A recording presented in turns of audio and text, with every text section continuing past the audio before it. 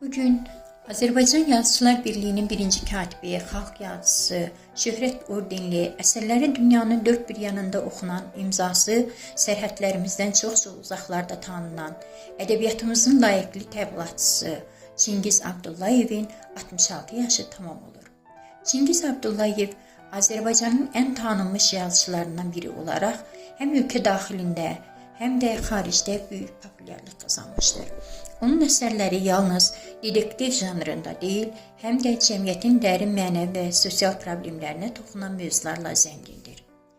Çingiz Abdullayev 1959-cu il aprelin 7-sində Bakı şəhərində anadan olub. Onun uşaqlıq və gənclik illəri Azərbaycanın mədəniyyət və ədəbiyyatla zəngin olan mühitində keçib.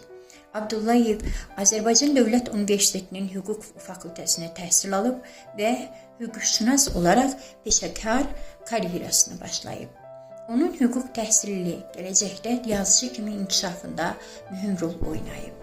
Abdullayevin hüquq sahəsində qazandığı biliklər və təcrübələr onun dedektiv janrında yazdığı əsərlərdə öz əksini tapıb. Hüquqşünas olaraq fəaliyyət göstərdiyi müddətdə Çingiz Abdullayev müxtəlif hüquqi məsələlərə dərin maraq göstərib və bu marağı ilə paralel olaraq ədəbiyyata yönəlib. O, tezliklə yazıçılıq fəaliyyətinə başlayıb və qısa zamanda Azərbaycanda və xaricdə geniş oxucu kütləsi qazanıb. Çingiz Abdullayevin ilk əsərləri 1980-ci illərdə işıq üzü görüb. Yazıcı tezliklə özünün unikal üslubu və mürəkkəb süjet quruluşu ilə fərqlənən dedektiv romanları ilə tanınmağa başlayıb. Onun yaradıcılığında əsas mövzular arasında ədalət, hüquq, cinayət və insan psixologiyasının dərin təhlili xüsusi yer tutur. Abdullayevin əsərlərindəki qəhrəmanlar tez-tez mənəvi dilemmalarla üzləşir və çətin seçimlər etməyə məcbur qalırlar. Onun romanları oxucuları hadisələrin gidişatı ilə maraqlandırmaqla yanaşı, onları düşünməyə və cəmiyyətin problemlərini sorğulamağa məcbur edir. Yazıcının ən məşhur qəhrəmanlarından biri dedektiv Dronqo idi.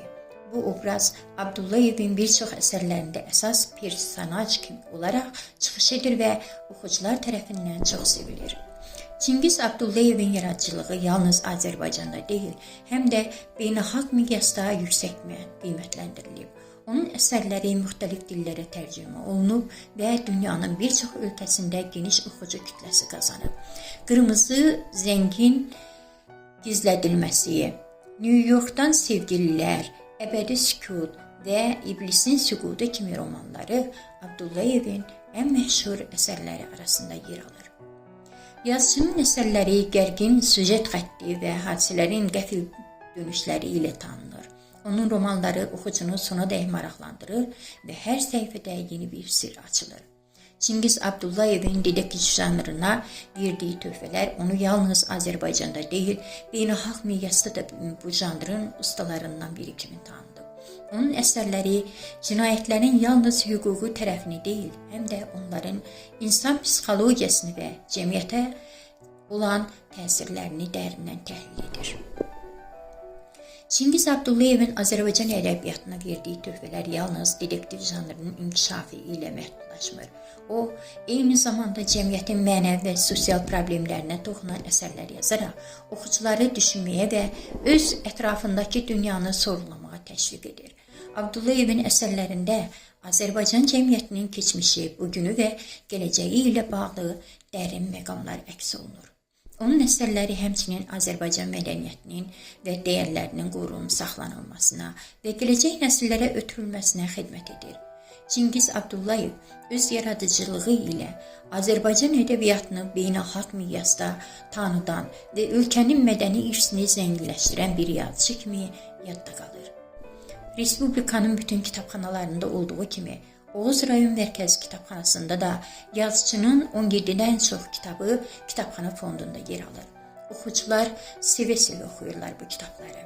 Kitabxanamızda əsərləri ən çox oxunan yazarlar siyahısında ön sıradadır. Sevimli yazıcının doğum günü münasibəti ilə təbrik edir, yeni yaradıcılıq uğurları arzulayırıq.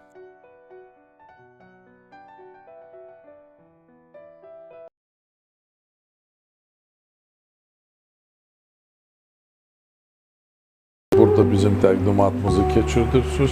Bu mənim kitabım əsasında çəkilən kinodur. Kuba Kapriçosu.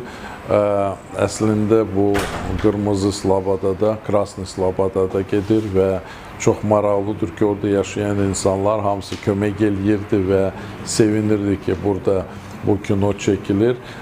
Kino nəyə əsasən? Kino bu kitabda yazılan orada təbii ki, biz bilirik ki, Qubacıların, Quba Yahudilərin arasında zərgərlər var idi və bir zərgər, qoca zərgər rəhmətə gedir və şübhələnirlər ki, onu öldürüblər və onun ən bahalı almazı itib və onun qonşuları bunu tapa bilmirlər. İstəmirəm sir açım, amma çox sağ olunuz ki, bu kinonun təqdimatı burada da keçirdirlər və baxarıq necə olacaq.